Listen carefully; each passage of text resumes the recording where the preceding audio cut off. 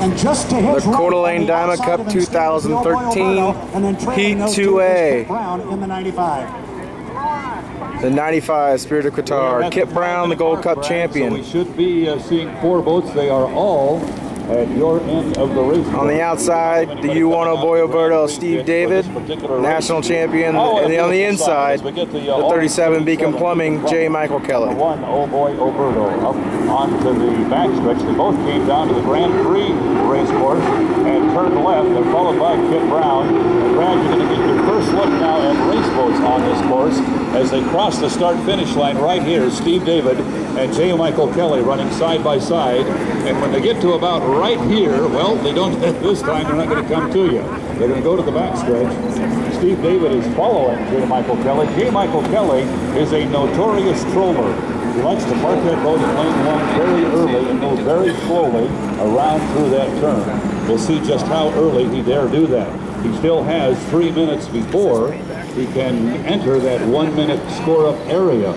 Now look at Kip Brown, Brad. He's coming toward you. On the backstretch, the 57 Fedco. Jesse Robertson taking over from Mark Evans today. But that's what he's doing right now. Yeah, we got 3 minutes. He will start behind the field until the start, so and on the outside until he can cross that exit pin down here of turn number 1. And actually, what you've seen the guys do, and it came around the first time and then cut the race course. The first part of the start procedure is a boat must cross the start-finish line at speed, and that's not a particular speed. That is just at speed in the eyes of the referee. So all 3 of the first 3 boats that came out on the race course have done that. It's official. They have checked the box. Here comes Jesse Robertson off of the upper corner up there. He will come down across the line at speed. And then the next part of the start procedure is you outlined earlier. They've got to stay behind this exit buoy down here of turn number 1 until the 1 minute mark. Now, Brad, we saw some dicing already. As J. Michael Kelly appeared to be headed for lane 1, Kip Brown is in lane 1, apparently planning to kill all that time. Oh, Steve David may have lost power. A lot of steam off the back of that engine. J. Michael Kelly was over in lane 1. Steve David pulled in front of him in the Oberto and took his lane away, apparently feeling he could maintain lane 2 from there. J. Michael Kelly gave up that battle and took off, talking to J. Joe Walk on the radio. Did a turn through your turn and now is down in the other end of the race course. So J. Michael Kelly, who normally is one of the very slow trollers before the start of the race, apparently has decided that the 2 inside lanes are taken, Brad, and he's going to make a higher speed start out here. Jesse Robertson, we haven't mentioned, by the way, he came out of your pit area and is on the front stretch now. We do not expect to see the 57 going slowly. It's an old boat. It's much happier at high speed. And he's coming down toward you now on the outside. Now, Brad, let's see where J. Michael Kelly goes. The 2 lanes that he wanted are both taken. Well, you're right. They're both taken, but they're both taken for now. They can still change lanes. They simply have to stay behind that exit buoy there off turn 1 before the 1 minute gun. They still have not yet established their lanes. As you outlined earlier, they can change lanes up the backstretch all the way up to the entrance buoy to turn 2. That is called the commit buoy. And whatever lane they are in, after the 1 minute gun, whatever lane they are in, when they go past that entrance pin to turn number 2, that's the one they're going to have to start and race in.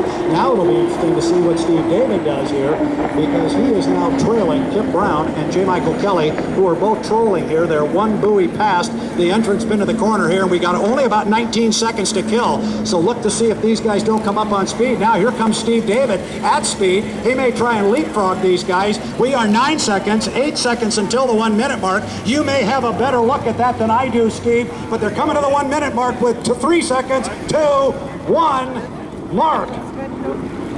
That looked awful close from here, Steve. Yeah, and it's hard to tell from our angle exactly. Steve David was the first boat onto the backstretch. It was a good score-up. It was a good score-up. The lanes now can be established. I don't think anybody had a 5-boat overlap there to take one, so those 3 boats are going to go into the turn in the lanes in which they are going to start the race. Now you see them slow down because their next job is to time the run around here to start finish, so they get here exactly at 0-0. You do not want to be across the line too early. That will cost you a lap. And of course, if you are late, the other 2 guys are not going to wait for you. Kip Brown is going to have the inside in the white and maroon Spirit of Qatar. Next to him will be J. Michael Kelly in the orange 37. And Steve David is going to have to come from the outside. And this is going to make for one great boat race.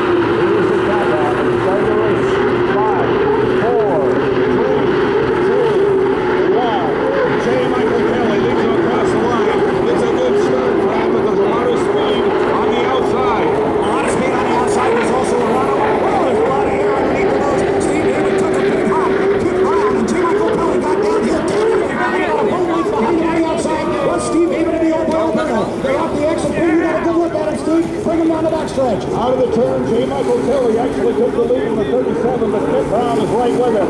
Kip Brown appears to have a little more road speed in the 95 Spirit of the car. We don't see Steve David in the Alberto. He is outside the roostertail, but he is right there. The fact that arguably the fastest boat of these three is on the outside is going to make for a great race here. Brown making a great turn right on the buoy line. The leader is J. Michael Kelly in lane 2, and the 37 Beacon Plumbing crossing the line about 3 boat lengths ahead of Steve David. Coming toward you, the leader is the orange boat, Brad Luce. Still very, very close together. It is J. Michael Kelly in between the other 2 boats. He's going to get down here, but again, it's only about a half a boat length over Kip Brown on the inside. Steve David giving a little bit of ground on the outside. Into the corner. It is Kip Brown and J. Michael Kelly, and it is J. Michael Kelly with the lead off the corner. Kip Brown is down. Kip Brown is down. He went high in the air. He is dead in the water now. He did not go over. He did get high in the air. So Kip Brown went through a roostertail. Got to watch for him down there. I was worried when he went through that roostertail that he might have come down right in front of Steve David. He has it underway again. Kip Brown is underway. The 37 has a 1-lap penalty. Apparently he got in front of Kip Brown. So 1-lap penalty for our leader, J. Michael Kelly. He'll pass the line first. But our leader now is Steve David in the Oh Boy Alberto. Brad, down to you. Tough break for J. Michael Kelly. We were starting to think that 149 he ran this morning was legit. The boat looks really, really strong. But unfortunately, he has been called for a lane infraction on Kip Brown. So our leader is the second boat through the corner down here. Last time down there, he was in 3rd position on the race course. He is now the leader. He is Steve David, driving a 1, the Oh Boy Alberto. And our second place boat then is Kip Brown in the 95 Spirit of the car. He is running an active third on the water. He is second officially. On the backstretch now, we're going to give a white flag to the orange boat, 37. J. Michael Kelly apparently moved out a bit from his position and got in front of, well, Kip Brown was inside him. I take that back. So J. Michael Kelly apparently moved to his left. Got in front of Kip Brown and he's been penalized. Would have won this heat, but he will not. He is actually 4th on the water right now. Our leader, our winner, the checkered flag will fly for Steve David. He's Oh Boy Alberto coming across the line right now. And Kip Brown, after getting high in the air in the 95, he hit the fat part of the rooster tail. It lifted him high into the air. The boat did not go over. We thought it might, but here he is finishing second after restarting the boat. So second place to Kip Brown in the 95 Spirit of the car.